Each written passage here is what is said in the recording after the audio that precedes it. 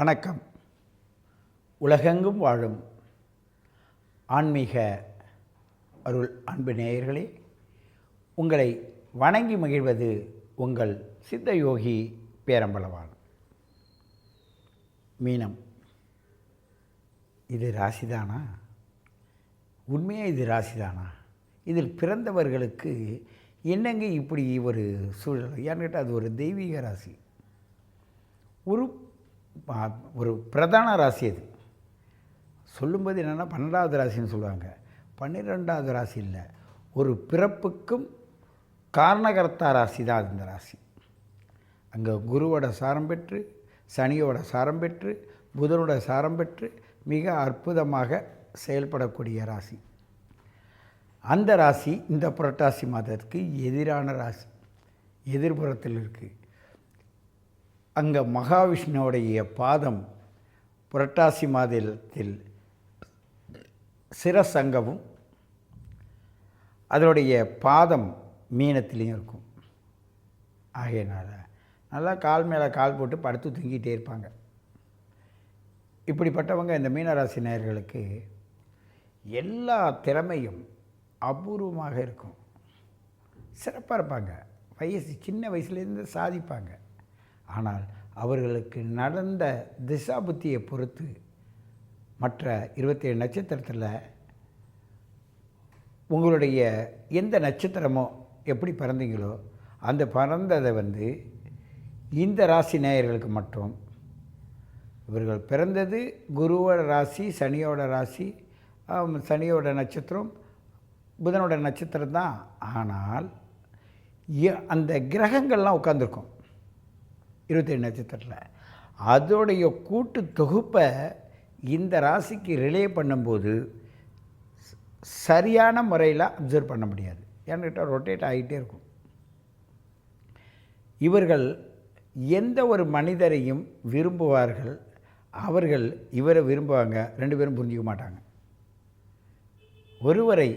ஒருவர் விரும்பும்போது இவர்களுக்கு என்ன பண்ணோன்னா, ஒரு தலப்பு கால் தெரியாத இவன் அலைகிறான்லாம் சொல்லுவாங்க. என்ன இப்படி கால் நிற்க மாட்டேது, ஓடிக்கிட்டே இருக்காளே இவன்னு சொல்லுவாங்க.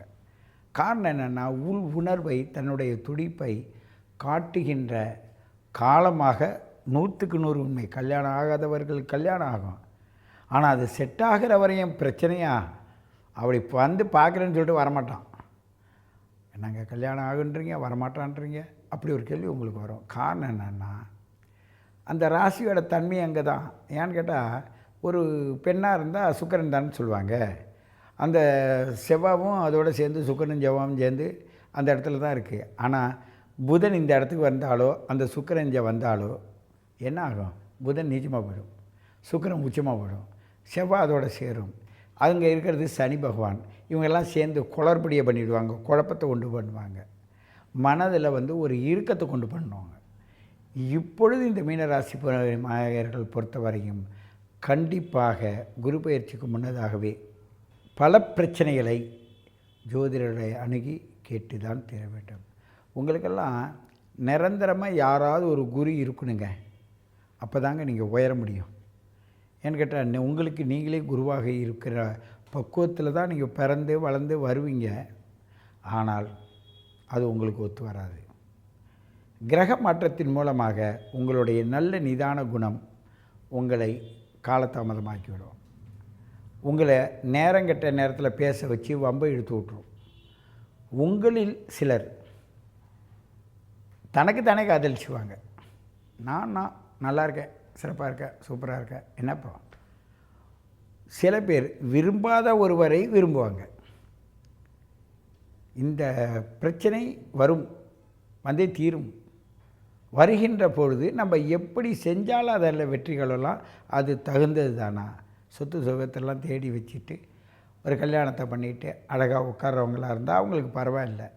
சொத்து சுகம் தேடுகின்ற பக்குவத்தில் இருக்கும்போது நீங்கள் இந்த எண்ணத்தை வைத்தீர்களானால் உங்களை என்ன பண்ணிடும்? அப்படியே தடுமாற்றத்தில் விட்டுரும். இந்த புரட்டாசி மாதத்தை பொறுத்தவரையும் சூரியன் அங்கிருந்து இந்த சனியை பார்க்கிறார். உங்கள் பிறப்பு ஜாதகத்தை பொறுத்தவரையும் உங்களுடைய கிரகங்கள் எப்படி இருந்தாலும் இன்று சிக்கலாக தான் இருக்கும். ஏன்னு கேட்டால் இந்த ராசி அதிபதி கேந்திரத்தில் இருக்கான். இந்த கேந்திரத்தில் இருக்கக்கூடிய மீனம், அதே நேரத்தில் கன்னி, மிதுனம், துலான்னு சொல்கிறத விட தனுசுவே எடுத்துக்கலாம். இந்த 4 மூல ராசிகள் இருக்குல்ல, இந்த ராசியெல்லாம் நிலையற்ற ராசிகள், நிலையில்லாதது. அதனால தான் அந்த நேரத்தில் நம்ம பிரபஞ்சத்தில் போய் பூமியில் போய் அஸ்திவாரம் போடக்கூடாதுன்னு சொல்லுவாங்க. அப்போ அஸ்திவாரமே போடக்கூடாது, ஆட்டம் காணுன்னுவாங்க. பூமி தன்னுடைய நிலையிலேருந்து சாய் நிமிர சேரும். அப்படிப்பட்ட ராசியில் பிறப்பெடுத்த நீங்கள் உண்மையானவர்கள், உத்தமமானவர்கள். ஆனால் ஒன்றுமே கிடைக்கலையே, நடிக்கவும் தெரியல, யாரை குறை சொல்கிறதுன்னு தெரியல. பழக்க வழக்கங்களே உங்களுக்கு இன்னும் வயதுக்கு ஏற்ற பழக்க வழக்கங்களை நீங்கள் பழகவில்லை, பழகிற வாய்ப்பு இல்லை. வாய்ப்பு இருந்தாலும் அது புரிஞ்சிக்கிற தன்மை இல்லை. எல்லாமே யாரோ செஞ்சாங்க, நான் அனுபவிச்சேன்ற மாதிரி வாழ்ந்துக்கிட்டு இருப்பீங்க. இந்த வாழ்க்கையை பொறுத்தவரையும் இந்த புரட்டாசி மாதத்தில் மிக மிக சிறப்பாக இருப்பதற்கான வழிமுறையும் இருக்குது. நம்மளை விட்டுடணும். 7ல் இருக்கிற அந்த புதன் போய் உச்சத்தில் தானே இருக்கான். யார் உச்சமாக இருக்கானோ அவனை பிடிச்சிக்கும். யார் இருக்கா? மகாவிஷ்ணு தான், அறிவு தான். உங்கள் அறிவை நீங்கள் சிறப்பாக செய்யுங்கள். அதுக்காக தான் முன்னாடியே கொழுக்கட்டையெல்லாம் வச்சு படைச்சிட்டோம். விநாயகருக்கு மோதகம் வச்சு படைச்சிருக்கோம், அதுவும் விநாயகருக்கு. இதெல்லாம் சாப்பிட்ருக்கோம். இதெல்லாம் ஜீரணமாகிற ராசி தான் அந்த புரட்டாசி மாதம்.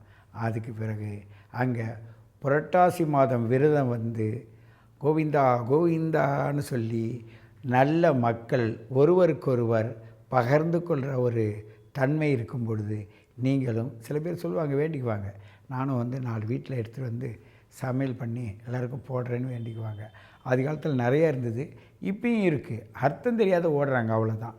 அதை புரிந்து போனால் உங்களுக்கு நன்மை அதிகம். எங்கிட்ட தாண்டுற அந்த கர்வத்திலேருந்து குறைய வைக்கும், அவ்வளோதான். அங்கே சுக்கிரம் உச்சம், தாண்டுற கர்வத்தில் இருக்கும். அந்த கர்வம் இல்லாமல் இறங்கி போகணும். அது சின்ன வயசு பிள்ளைங்கள்லாம் ஓடி ஓடியாடுறாங்கன்னா அந்த புதன் பகவான் தான்.